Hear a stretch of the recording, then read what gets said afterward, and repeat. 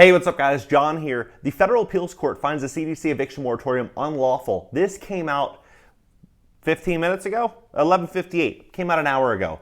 This is really interesting, especially now that the eviction moratorium is set to expire in the next week. We look at Yahoo News. Yahoo News says that just 6.5% of all rental aid has been distributed. 6.5%, meaning that a lot of that money went to the big corporations because Invitation Homes and BlackRock and Blackstone, they are showing record years across their real estate portfolio in terms of rent collected.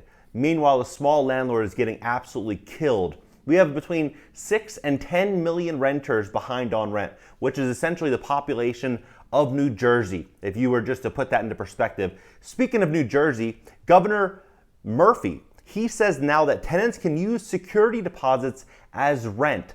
So essentially what he's doing is he's stripping away any bit of security a landlord would have over their property to protect themselves against any damage, fires, anything across their properties. This is going to be a hell of a year for real estate, and I think that we have a really interesting future ahead for landlords in America. In this video, I'm going to cover everything you need to know about what's happening with the eviction moratorium, as well as where I see the real estate market going in the short and long term.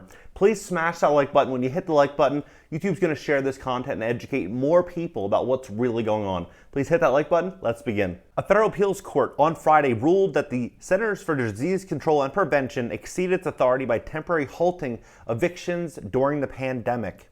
In a unanimous ruling, the three-judge panel, the Cincinnati-based Sixth Circuit Court of Appeals, agreed with the lower court that the agency has overreached with its eviction moratorium, which is set to expire at the end of July. This is not the first time that this has happened. However, let's see if this result is different than what happened in the past.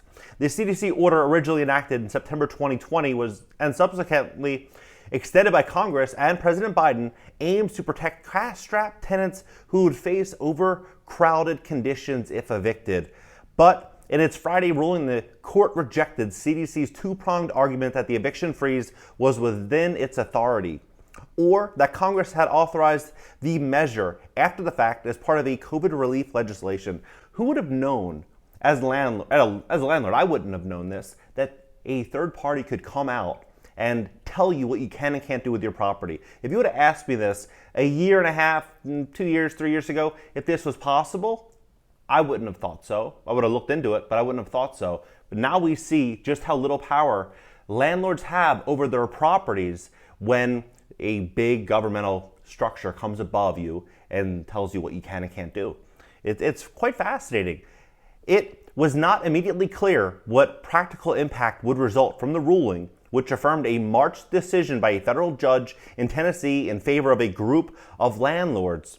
The lower court ruling by U.S. District Judge Mark Norris, a Trump appointee, blocked enforcement of the eviction freeze throughout the Western District of Tennessee.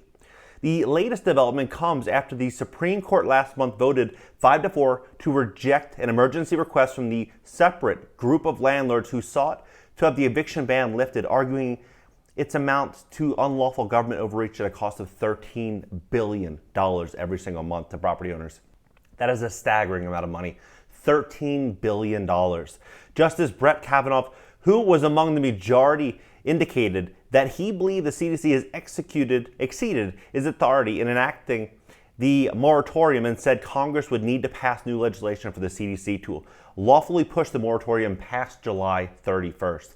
I personally think that that's very possible that they push it past July. If they push it past July, we all know that they're likely not going to start evicting people in the winter, especially now that they're talking about new potential threats and new problems. They're not going to evict women and children, people dead of winter. It's just not going to happen. They're likely going to try to push it to this spring, and who knows what can happen then. But by then, we're talking 2 years where rent was optional. Mind-blowing. According to the Luke Wake, an attorney at the Pacific Legal Foundation, which represents landlords in a number of challenges to the eviction moratorium, the Sixth Circuit ruling on Friday increases the odds that the CDC will simply allow its moratorium to expire at the end of the month rather than attempt to extend it further or mount an appeal to the Supreme Court. I think The real practical significance of this decision today is it puts the CDC in a box. They're trapped right now, Week said. If they had thought about redoing it, which was entirely likely that they would, now they've got the Sixth Circuit definitely agreeing with us that they didn't have the statutory authority, and that if they did, it was a constitutional problem. The federal moratorium allows tenants who have lost income during the pandemic to protect themselves from the eviction by declaring under penalty of perjury that they made their best effort to pay rent and would face overcrowded conditions if evicted, threatening public health.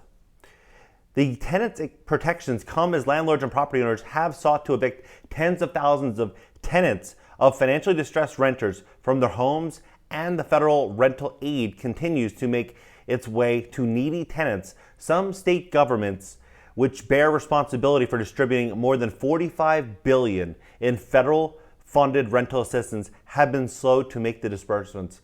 Now, with only 6.5% of the rental aid being distributed, you look at what the actual strategy is. This is my interpretation of what they're trying to do here.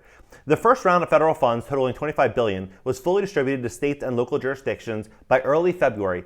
By the end of May, the federal government has distributed another $8.6 billion from the $21.5 billion second round enacted in March. But only 12% of the first tranche of funding has made its way to renters by late June, according to the U.S. Treasury Department data released on Wednesday. A handful of states, like Texas and Virginia, that quickly built infrastructure to dole out the money accounted for an outsized share of the funds that have been dispersed. More than 80 jurisdictions haven't started their distribution programs by the end of May. Hawkins and Bayer say even as localities stand to lost at least some of the funding if they don't distribute it before October. Picking up the pace, the Treasury Department said Wednesday that more than $1.5 billion in rental aid was delivered in June, more than previous months combined. The aid went to 290,000 households, up from 160,000 in May and about 100,000 in April. But housing advocates warn that jurisdictions are still not acting quickly enough to prevent potential crisis for renters and landlords. What I think they're doing here is, and this is just my theory, they're giving the money very, very slowly, kind of like, what they've been doing over the last 2 years. Tomorrow. They keep doing this to the landlord, and over time, the landlord slowly kills themselves financially. They're just waiting for tomorrow. They're just hoping that maybe next month they're going to get that check. And all they do is they put their properties in forbearance. And when they put their properties in forbearance, it's essentially like taking out a credit card and just putting it on that credit card, and eventually you're going to have to pay that bill. You're going to have to make good on that debt. And if they don't, Big Brother doesn't make good on the payments, the tenant doesn't have the money, they lose their job, then who's it fall on? It falls on the landlord. And what happens when the landlord's in financial distress? They have to obviously get out of their property. So all this does is push America towards a world of renter nation. This is where I see this going, but I'm very doubtful that the eviction moratorium is going to expire, on the 31st, like they're claiming, of July. It just doesn't seem like it's going to happen, especially with all the new news that they're coming out and pushing in our face about all the new potential problems right around the corner. That's where this seems like it's going.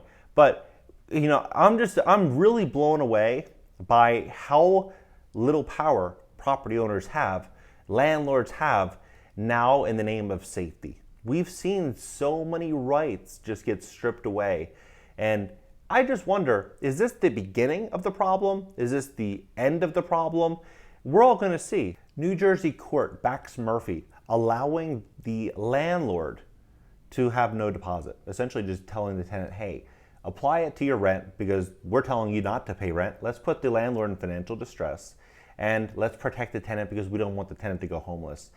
Some people, they see television and they'll see New Jersey, they'll see North Jersey and think, wow, North Jersey is beautiful. It's full of businessmen and businesswomen working in New York City, and they're making a lot of money and everything looks great. And but there's a large chunk of New Jersey that's not like that. It's actually full of poverty, like South Jersey alongside the Ben Franklin Bridge, Camden County. There's a lot of areas throughout New Jersey that really are very low income. And a lot of these tenants, when they leave these properties, they don't leave them as they came.